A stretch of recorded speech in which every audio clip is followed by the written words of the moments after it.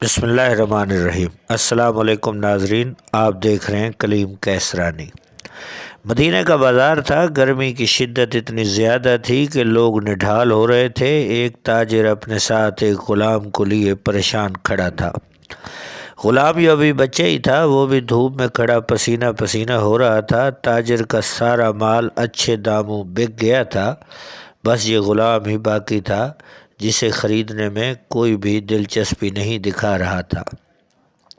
تاجر سوچ رہا تھا کہ اس غلام کو خرید کر شاید اس نے گھاٹے کا سودا کیا ہے۔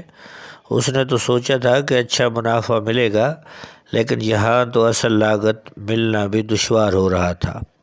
اس نے سوچ لیا تھا کہ اب اگر یہ غلام پوری قیمت بھی بکا تو وہ اسے فوراً بیچ دے گا۔ مدینہ کی ایک لڑکی کی اس غلام پر نظر پڑی تو اس نے تاجر سے کہا کہ یہ غلام کتنے کا بیچو گے؟ تاجر نے کہا میں نے اتنے میں لیا ہے اور اتنے کا ہی دے دوں گا۔ اس لڑکی نے بچے پر ترس کھاتے ہوئے اسے خرید لیا۔ تاجر نے بھی خدا کا شکر ادا کیا اور واپسی کی راہ لی۔ مکہ سے ابو حذیفہ مدینہ آئے تو انہیں بھی اس لڑکی کا قصہ معلوم ہوا۔ لڑکی کی رحم دلی سے متاثر ہو کر انہوں نے اس کے لیے نکاح کا پیغام بھیجا جو قبول کر لیا گیا۔ یوں واپسی پر وہ لڑکی جس کا نام سبیتا بن یار تھا، ان کی بیوی بن کر ان کے ہمراہ تھی، اور وہ غلام بھی مالکن کے ساتھ مکہ پہنچ گیا۔ ابو حذیفہ مکہ آ کر اپنے پرانے دوست عثمان ابن عفان سے ملے تو انہیں کچھ بدلا ہوا پایا اور ان کے رویے میں سرد مہری محسوس کی۔ انہوں نے اپنے دوست سے استفسار کیا کہ عثمان، یہ سرد مہری کیوں؟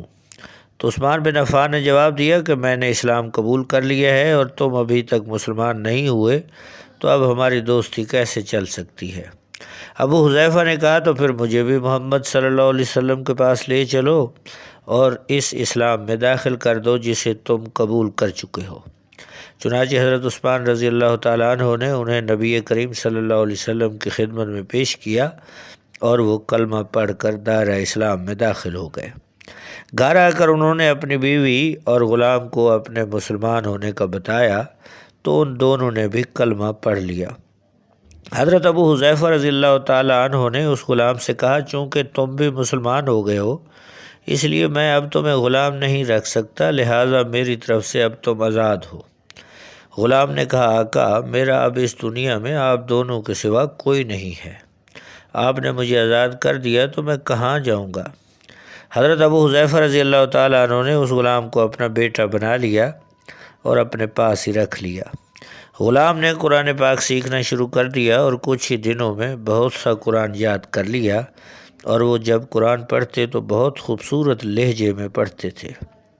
ہجرت کے وقت نبی کریم صلی اللہ علیہ وسلم سے پہلے جن صحابہ نے مدینہ کی طرف ہجرت کی ان میں حضرت عمر رضی اللہ تعالیٰ عنہ کے ساتھ حضرت ابو حذیفہ رضی اللہ تعالیٰ عنہ اور ان کا یہ لے پالک بیٹا بھی تھا۔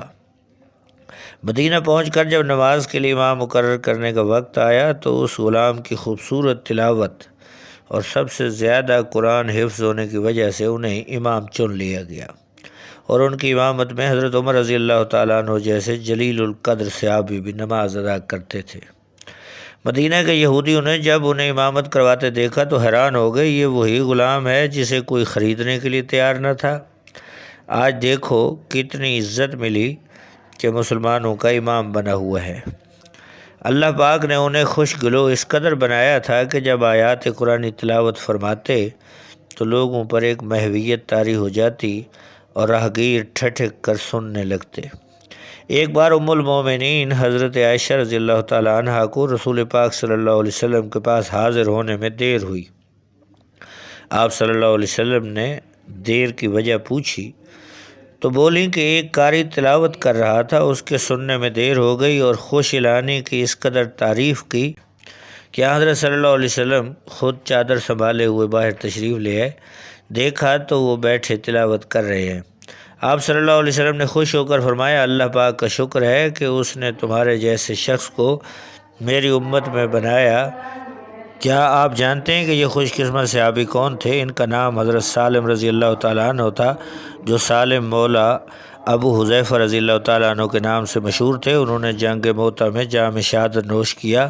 اللہ کی کروڑ رحمتیں ہوں ان پر۔ ناظرین، اگر آپ اس قسم کے اسلامی واقعات سے دلچسپی رکھتے ہیں تو ہمارے چینل کو سبسکرائب کیجئے، بیل آئیکن کو پریس کیجئے۔ بہت شکریہ۔